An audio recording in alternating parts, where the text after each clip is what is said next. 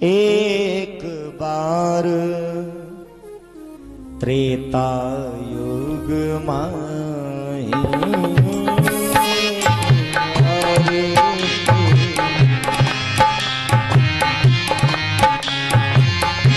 एक बार त्रेता युग माही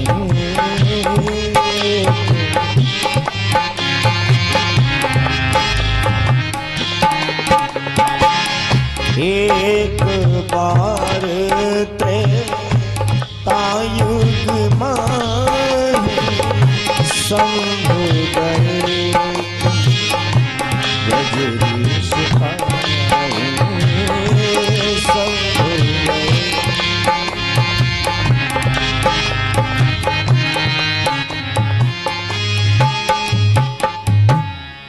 बाबा ने मानस में बड़ी सुंदर अर्धाली दी। और ध्यान दें, ये जो रामचरित मानस है ना, ये कोई साधारण नहीं है। राम कथा मुझे जीवन जीना सिखाती है और कृष्ण कथा मुझे मरना सिखाती है। यदि जो भी रामचरित मानस का अध्ययन करता है, जीवन जीने में कभी भी कोई कठिनता नहीं आएगी, कोई परेशानी नहीं आएगी, जीवन सुगम हो जाएगा। क्योंकि हमें निज धर्म पर चलना सिखाती रोज रामायण, हमें सत्कर्म को करना सिखाती रोज रामायण। रामायण मुझे सत्कर्म सत्धर्म करना सिखाती है, हमें जीवन जीना सिखाती है, हमें कैसे आचरण का पालन करना चाहिए, ये रामायण मुझे बताती है। बाबा ने मानस में एक अर्धाली लिखी, एक बार त्रेता युग माही। और इस प्रसंग से मुझे शिक्षा क्या मिलने वाली है, हमेशा ध्यान रखिए। कभी भी भगवान के मंदिर में जाएं, कभी भी कथा श्रवण करने के लिए जाएं, कहीं पर भी यदि जाएं तो वहां पर बड़े, मैं प्रधान हूं, मैं मंत्री हूं, मैं नेता हूं, मैं ब्राह्मण हूं, मैं विद्वान हूं, मैं संत हूं, कभी भी ऐसी उपमा लेकर के कभी भी बड़े बन करके नहीं जाना चाहिए।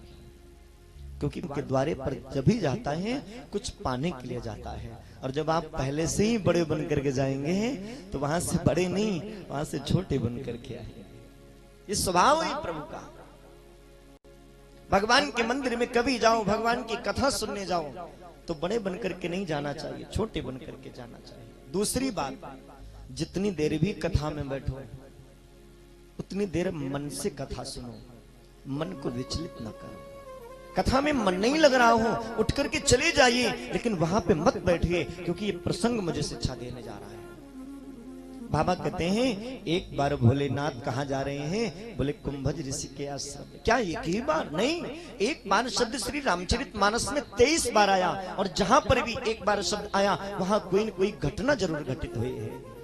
आज ऐसी कौन सी घटना घटने वाली है?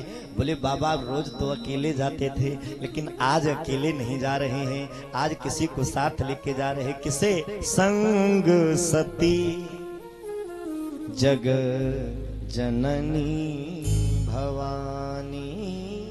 अकेले नहीं जा रहे, साथ में किसको? सती जी को लेके जा रहे हैं। लेकिन अब यहाँ पर बात क्या है, बाबा तो केवल शंभु बन के जा रहे हैं, छोटे बन करके जा रहे हैं, लेकिन जो साथ में देवी जी जा रही हैं वो छोटी बन के नहीं। क्यों? वो तो त्रिपुरारी की पत्नी है।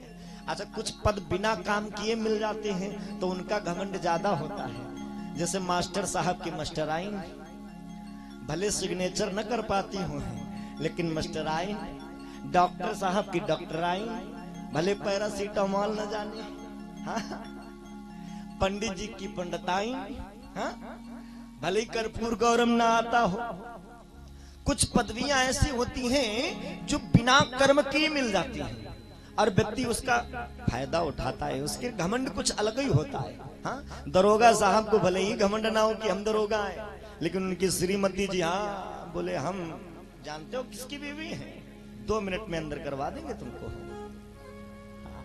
और मान लो जो त्रिपुरारी शंकर जगत बंदी जगदीशा,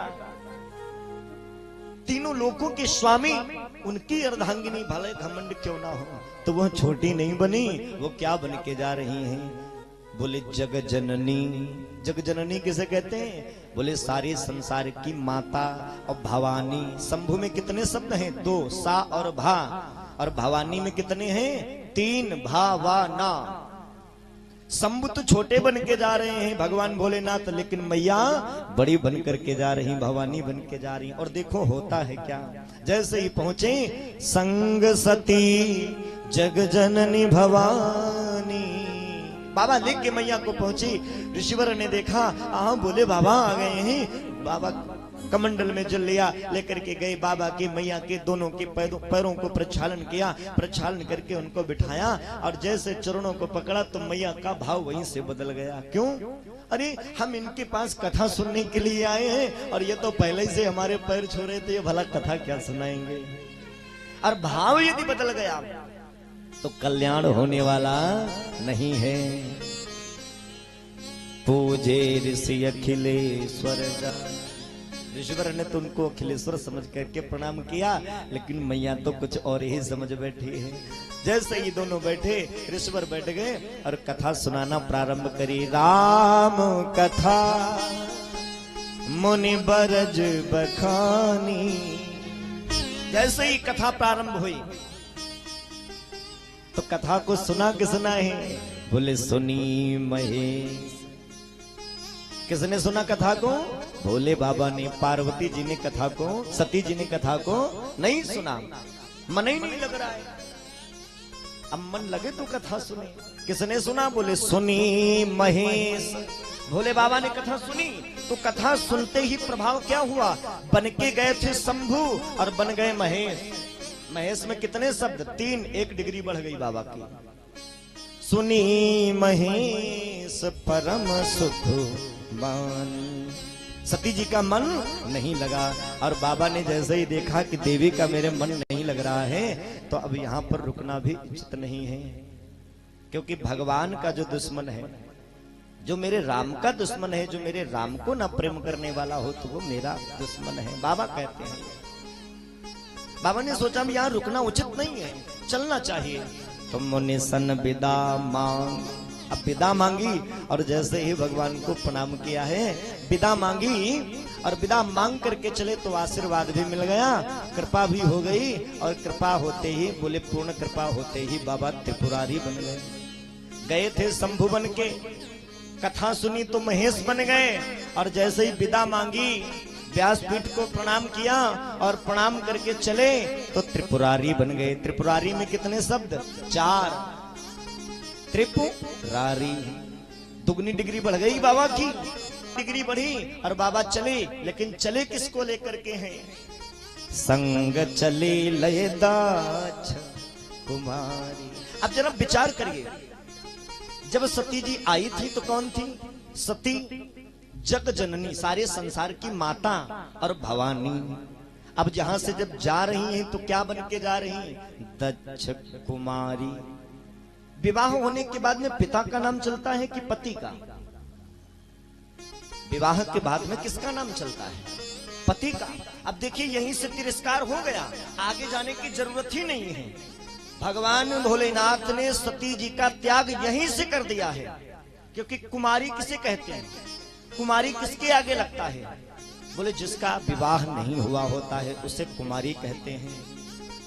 जैसे सुपनखा ने बोला, ताते अब लग रहूं कुमारी, मन माना कछ तुम्हें निहारी। राम जी कहते हैं हमका न निहारो, हमारे लिए देवी जी हैं। हाँ, अगर निहारना है तो आहे कुमार मोर लघु भ्राता। हमारा छोटा भैया लक्ष्मण कुमार है।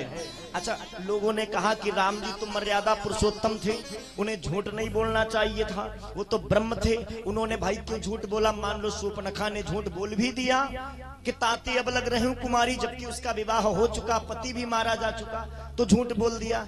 तो कहते हैं कि जब वो अपनी मायावी चाल चल सकती है तो भगवान का ही नहीं चल सकती। सठी साठम समाचरित, मूर्ख के साथ हार करना चाहिए। यदि वो विवाहित होते हुए अपने आप को कुमारी कह सकती है तो भगवान क्यों न कह दें हाय कुमार। तो ध्यान दीजिए, अब बाबा किसको लेके चल रहे हैं? बोले दक्ष कुमारी। अपना नाम वहां से हट गया, भोले बाबा की पत्नी है, हट गया। किसकी? बोले दक्ष की बिटिया रह गई। कहां भवानी थी, कहां जगजननी थी, लेकिन क्या परिणाम? कथा न सुनने का परिणाम, भगवान से प्रेम न करने का परिणाम। कितना बड़ा फल मिला? बोले पति से ही वियोग हो गया, दक्ष कुमारी रह गई हैं। और जैसे चली हैं उसी समय होता क्या है?